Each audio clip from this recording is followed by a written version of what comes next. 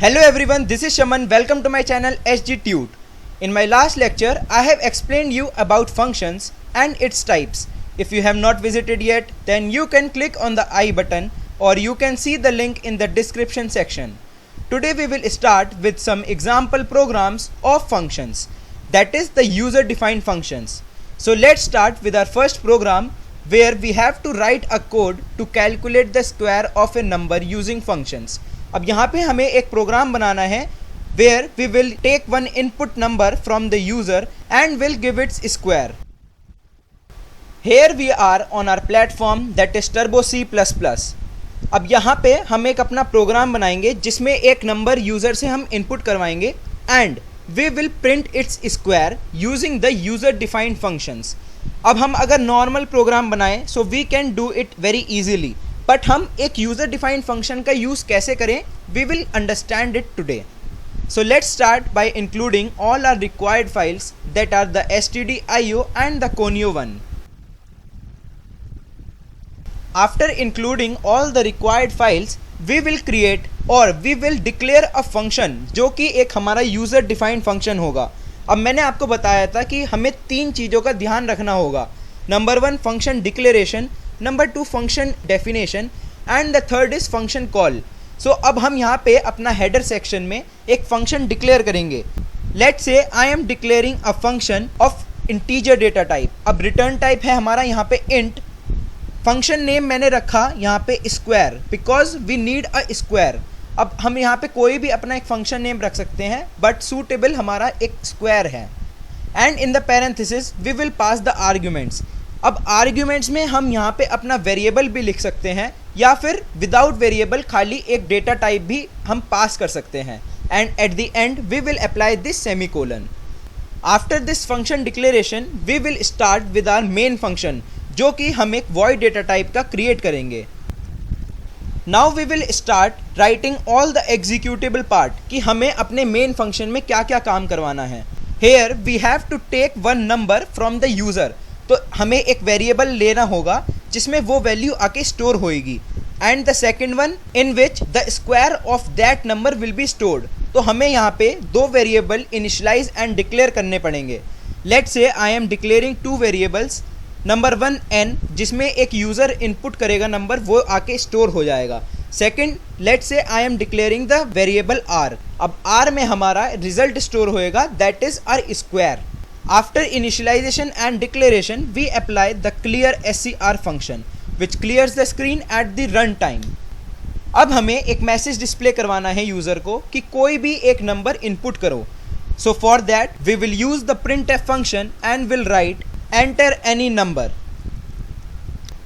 अब हमने यूज़र से एक नंबर इनपुट करवा लिया. Now we have to retrieve it. अब रिट्रीव करने के लिए we use the scanf function. We will apply the percentile d that is our format specifier and will write the variable name जहाँ पे वो value जाकर स्टोर हो जाए. हमें ये वैल्यू स्टोर करवानी है अपने n नाम के वेरिएबल में. So we will apply the address operator and will write the variable name that is n. अब हमारी n नाम के वेरिएबल में एक वैल्यू स्टोर हो गई. Now it's time to call any function. अब हमने एक फंक्शन अपना यूज़र डिफाइंड फंक्शन क्रिएट करा था स्क्वायर नाम का. So here we have to call it कि जहाँ कहीं भी वो हमारे प्रोग्राम में है वो आए एंड एग्जीक्यूट हो एंड फिर वापस जितने भी हमारी फर्दर स्टेटमेंट्स हैं वो एग्जीक्यूट करवाए. So here we will write the statement that variable name is equals to जो भी हमारा एक फंक्शन नेम है. फंक्शन नेम है हमारा square and in the parenthesis we will write variable name. अब वेरिएबल नेम है n. So this is our function call. ये जो हमारी स्टेटमेंट है this is known as our function call. इसके बाद हम अपना एक प्रिंट एफ स्टेटमेंट का यूज़ करेंगे which will give us and print the square. जो भी हमारे यूज़र डिफाइंड फंक्शन में वैल्यू कैलकुलेट हुई वो हमारी स्टोर हो जाएगी इस r नाम के वेरिएबल में. And we will print the value of this r variable with the help of print F function and we will write the square is and variable name जो है हमारा r में जो भी वैल्यू होगी वो हमारी एज इट इज़ प्रिंट हो जाएगी. And we are done with our main function and at last we will apply the get C H function and will close the curly braces. अब हमारा काम है function definition. I have told you that function definition में हमारे वो सारी executable statements आती हैं जो एक रन होंगी. So according to its syntax, we will write the return type, that is integer, and the function name. Function name है हमारा square, and will pass the arguments, that is int n. हमने यहाँ पे n नाम का variable इसलिए लिया क्योंकि इसमें हमारा नंबर वो स्टोर है जो एक यूज़र ने इनपुट करा. The main thing in its syntax is हम यहाँ पे अपना सेमीकोलन यूज़ नहीं करते. Now in its body we will declare a variable. Let's say I am declaring s. जो भी हमारी s नाम के वेरिएबल में वैल्यू कैलकुलेट होएगी हम उसे स्टोर करवा देंगे r नाम के वेरिएबल में. अब कैसे? Here we will write the statement s is equals to जो भी हमें स्क्वायर चाहिए. अब स्क्वायर कैसे होएगा? लेट्स से हमें 2 का स्क्वायर चाहिए, so 2 square is equals to 2 into 2. 4 का स्क्वायर चाहिए, that is 4 into 4. So here we will write जो भी हमारी वैल्यू n में स्टोर है वो मल्टीप्लाई होएगी अगेन n से and it will give us the square. अब हमारा यहाँ पे कैलकुलेशन पार्ट हो गया कंप्लीट, बट ये जो हमारे s नाम के वेरिएबल में स्टोर है वैल्यू, ये हम r पे पहुँचाएंगे कैसे? This is done with the help of the return statement. अब return statement terminates the execution of a called function and returns the control to the calling function. जो कोई भी एक फंक्शन एग्जीक्यूट हो रहा है उसको टर्मिनेट कर देगी एंड जहाँ पे ये कॉल हुआ फंक्शन वहाँ पे कंट्रोल को डायरेक्ट जंप करवा देगी. So we will apply the return function and will write the variable name कि हमें किस वेरिएबल की वैल्यू रिटर्न करनी है फंक्शन कॉल को, and we are done with our code. So basically हमारा यहाँ पे एग्जीक्यूशन प्रोसेस कुछ इस तरह चलेगा. हमने 2 वेरिएबल डिक्लेयर कर दिए n और r. n में हमारी वैल्यू स्टोर होएगी जो एक यूज़र इनपुट करेगा. r वेरिएबल में हमारा रिजल्ट स्टोर होएगा, that is the square of any number. उसके बाद हमने printf और scanf की हेल्प से यूज़र को मैसेज डिस्प्ले करा कि कोई भी एक नंबर इनपुट करो, और जो भी नंबर इनपुट हुआ वो हमारा आ गया n नाम के वेरिएबल में. Now we have use the function call method. अब फंक्शन कॉल कैसे हुआ? एक वेरिएबल लिया, उसमें हमने स्टोर कर दिया function name, that will search the function in our program. ये स्क्वायर नाम का फंक्शन जहाँ कहीं भी होगा हमारे प्रोग्राम में, कंट्रोल हमारा उसके पास जाएगा एंड जितने भी वहाँ पे स्टेटमेंट्स हैं वो एग्जीक्यूट करवा के वापस आ जाएगा फंक्शन कॉल के नेक्स्ट वाली लाइन में, दैट इज printf वाली लाइन पे. सो जैसे ही हमारा यहाँ पे फंक्शन कॉल हुआ कंट्रोल डायरेक्टली जंप हो गया यहाँ पे. अब पे हमारी सारी कैलकुलेशंस हुई एक स्क्वायर फाइंड करने के लिए, and with the help of return statement we have stored the value of s in the variable r, and then our further statements are executed. So let's run this program, and we got the output window with the message displayed enter any number. Let's say I have entered the number 5 and hit the entered button.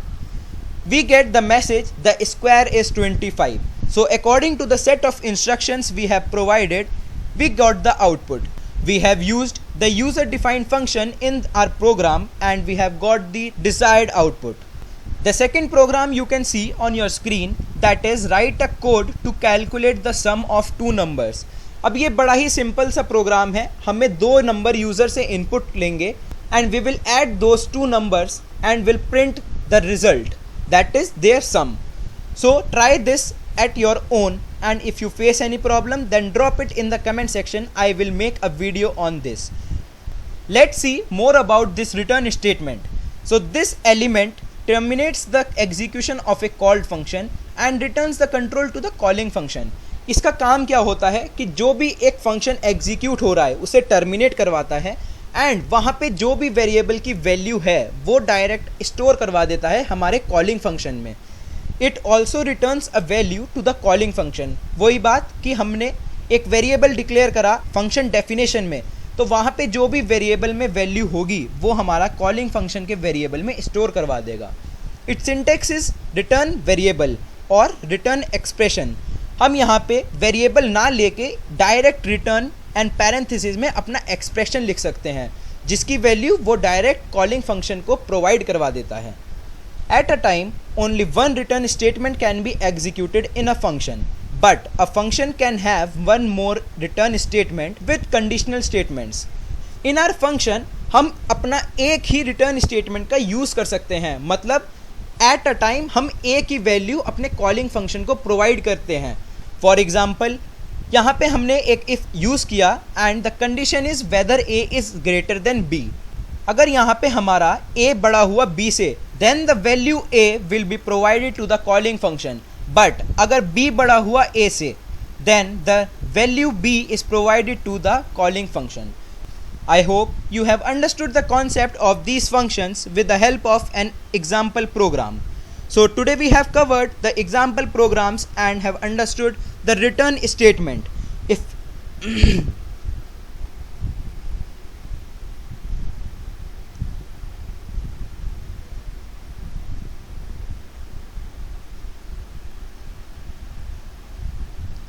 So today we have covered the example program of a user defined function and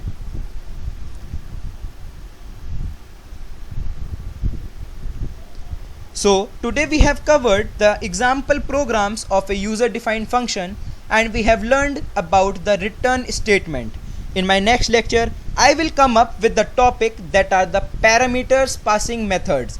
अब ये हमारे दो type के होते हैं, call by value and call by reference, which will help you in understanding more about functions and recursion process. If you like my video, press the like button, share it with your friends, and if you are new to my channel, please do subscribe for the upcoming sessions.